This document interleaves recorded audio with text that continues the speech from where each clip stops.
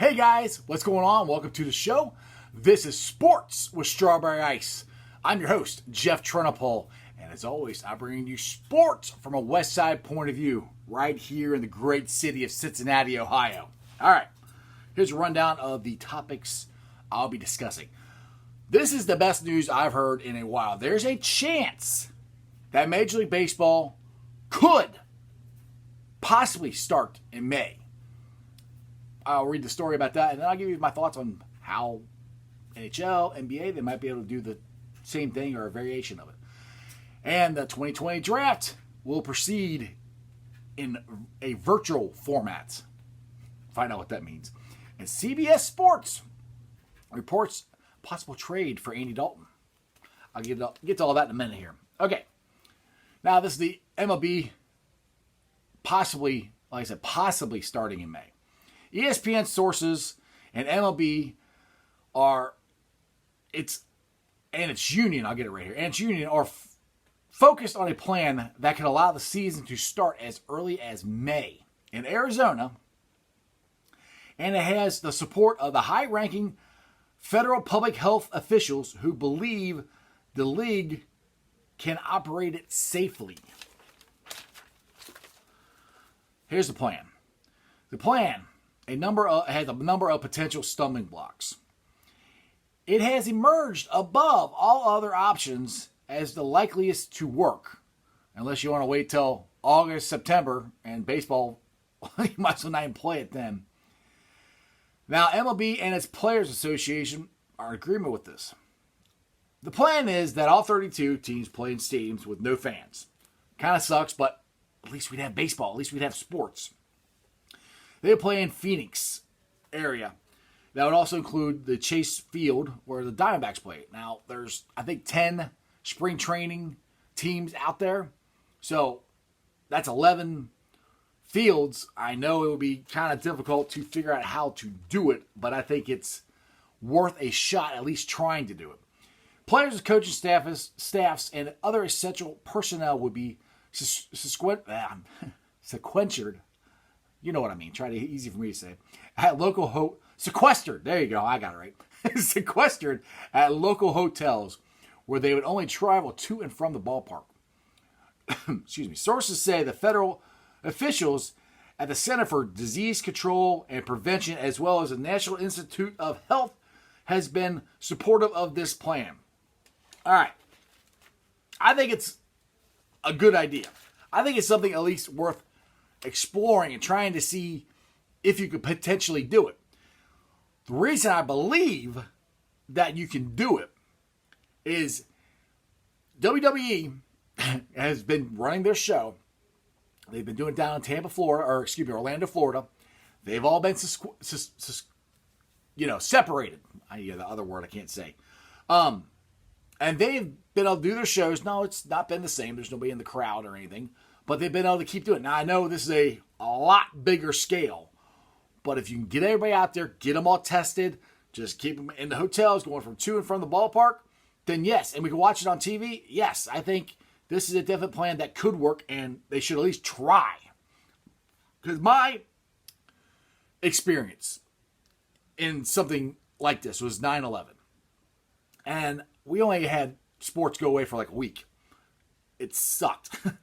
But once sports came back, it just made you feel like we're going to get through this. We're going to make it. I think personally, the country needs this. They need something normal. Now, I know it's not going to be normal because it's not going to be in your home stadium with fans. So it's going to be different.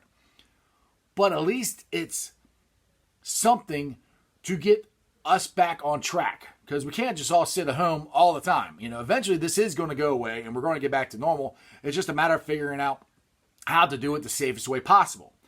Now, what I said in the beginning of this is how could this work for the NHL and NBA? If the plan works and Major League Baseball can do this, then the NBA could do the exact same thing like in Vegas, where they have, I'm pretty sure that's where they have the Summer League, and they have a ton of hotels there. You put all the players there. They have lots of gyms, plus there's high schools there. I mean, NBA court, you could use a high school gym. It's the same size. So, because it doesn't matter if it fills people, because there's nobody going to be there except the people that have to be there, which is the players, the officials, and, the TV guys, so we can watch it, and radio maybe. NHL could do the same thing.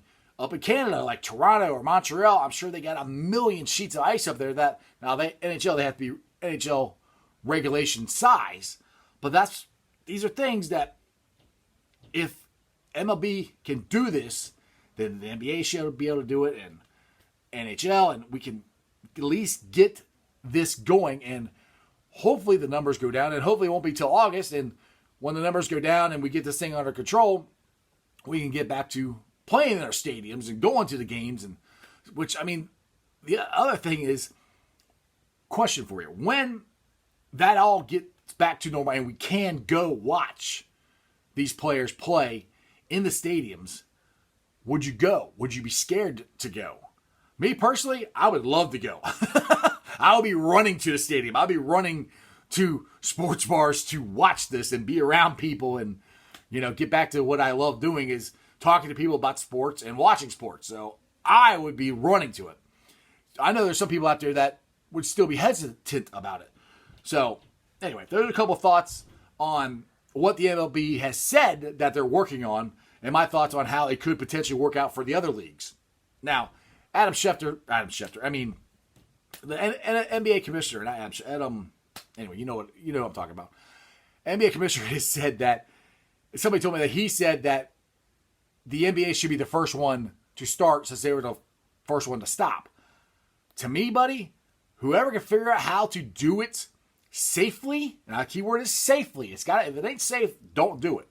Safely should do it. And then everybody else can follow their lead. My opinion. All right, moving on to the 2020 NFL draft, known as the Joe Burrow draft. Joe freaking Burrow draft. All right, it will proceed in a fully virtual format, which is kind of like a cool way to say it is we talk on the phone, which FaceTiming, same thing. Everybody's gonna be in their house. All Roger Goodell informed all 32 teams of this on a memo sent out Monday. So basically what it means is all the facilities are closed. NFL facilities are closed. Their team facilities are closed. This is all due to the compliance with the regulations due to the corona pandemic. So everything's closed. So not like Paul Brown Stadium, the offices, none of them are open. At least they shouldn't be open. So everybody's got to be at their house and FaceTiming or Zoom or whatever these new, I don't know if they're new or not, but everybody's using, for virtual conference calls. You have them all in different pictures on the screen. This is the way the draft's going to work out. And like I said this in past shows. You can have Joe Burrow on his own iPad, filming himself, holding up a Bengals jersey, and, saying thank you. And then, he can take the interviews from the NFL Network, ESPN, and everybody else right there. So it's not the same, but it'll work, So my question is, though, which actually might not be a bad thing. Does Mike Brown know how to work Zoom or FaceTime or any of that stuff? So who knows, which might be a good thing for the Bengals. Maybe Duke Tobin and Zach Taylor and Katie don't even have to listen to Mike Brown. He doesn't know how to work it. I don't know. I'm just kidding. But that's how the NFL draft is going to go. It's going to be very interesting, I think, to watch just to see how this all works. I'm very excited about the draft. Obviously I'm excited because the Bengals are going to draft Joe Burrow. So I'm excited just for that and just how it's going to work out. It's just very, very unique and interesting circumstance. We will hopefully never have to do this again. All right, this show and every show is brought to you by T Properties. T Properties, quality housing for quality people. Check out their website at www.tpropertiesllc.com for all your rental property management needs and your rental needs.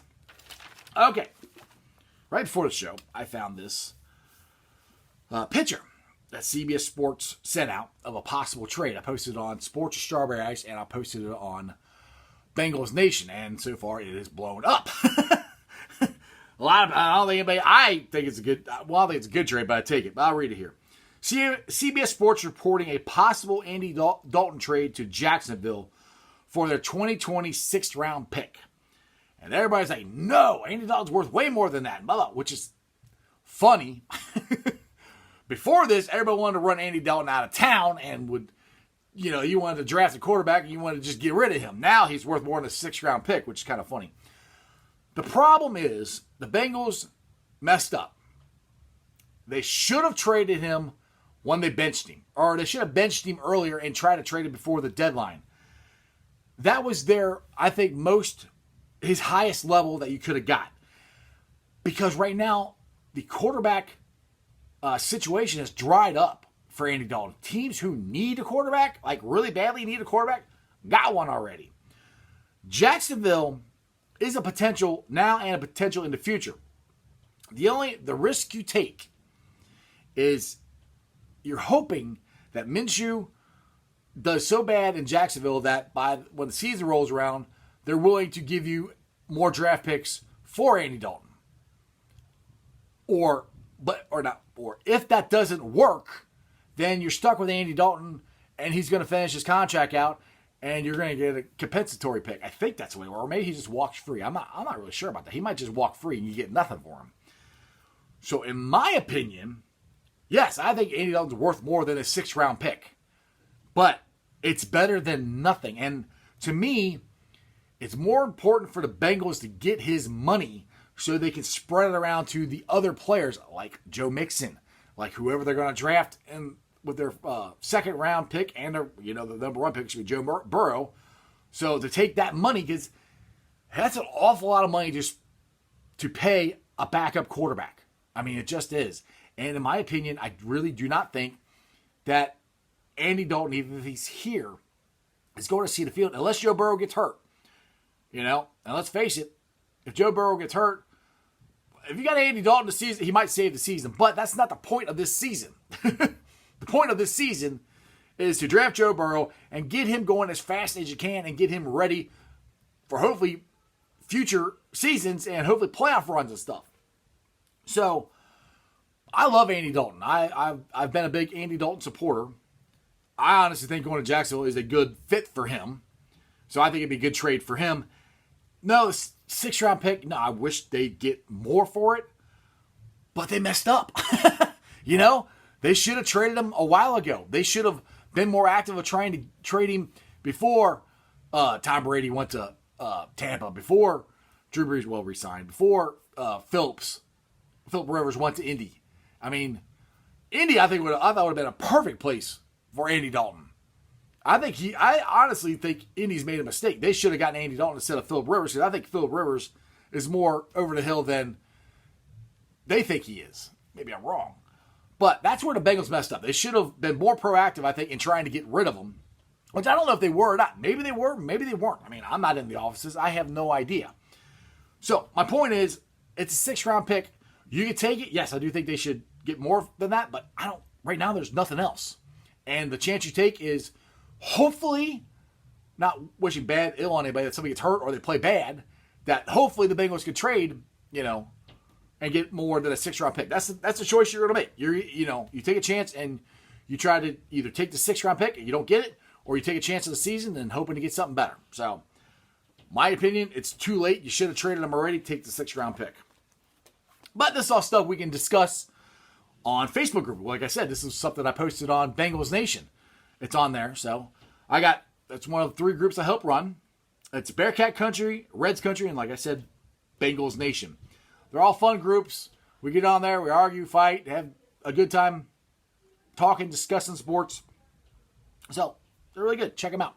Check out my pages. Facebook page, Sports with Strawberry Ice. I'm on Twitter. My Twitter handle is Jeff A. Trennepohl, TRENNEPOHL. I'm also on Instagram under Sports with Strawberry Ice. YouTube, you guys have been awesome. This is obviously a YouTube show. So if you're on any of these Facebook pages and you're getting this link, do me a favor. Go on to YouTube, get yourself an account, and subscribe to my show. I am up to 320 subscribers. That is awesome. You guys have been great. Like I always say, I greatly appreciate it. I tried to get over 300 or get to 300 by the end of last week. Already passed it, and today's Tuesday. I'm at 320. Let's try to get 400 by the end of the week. That would be awesome.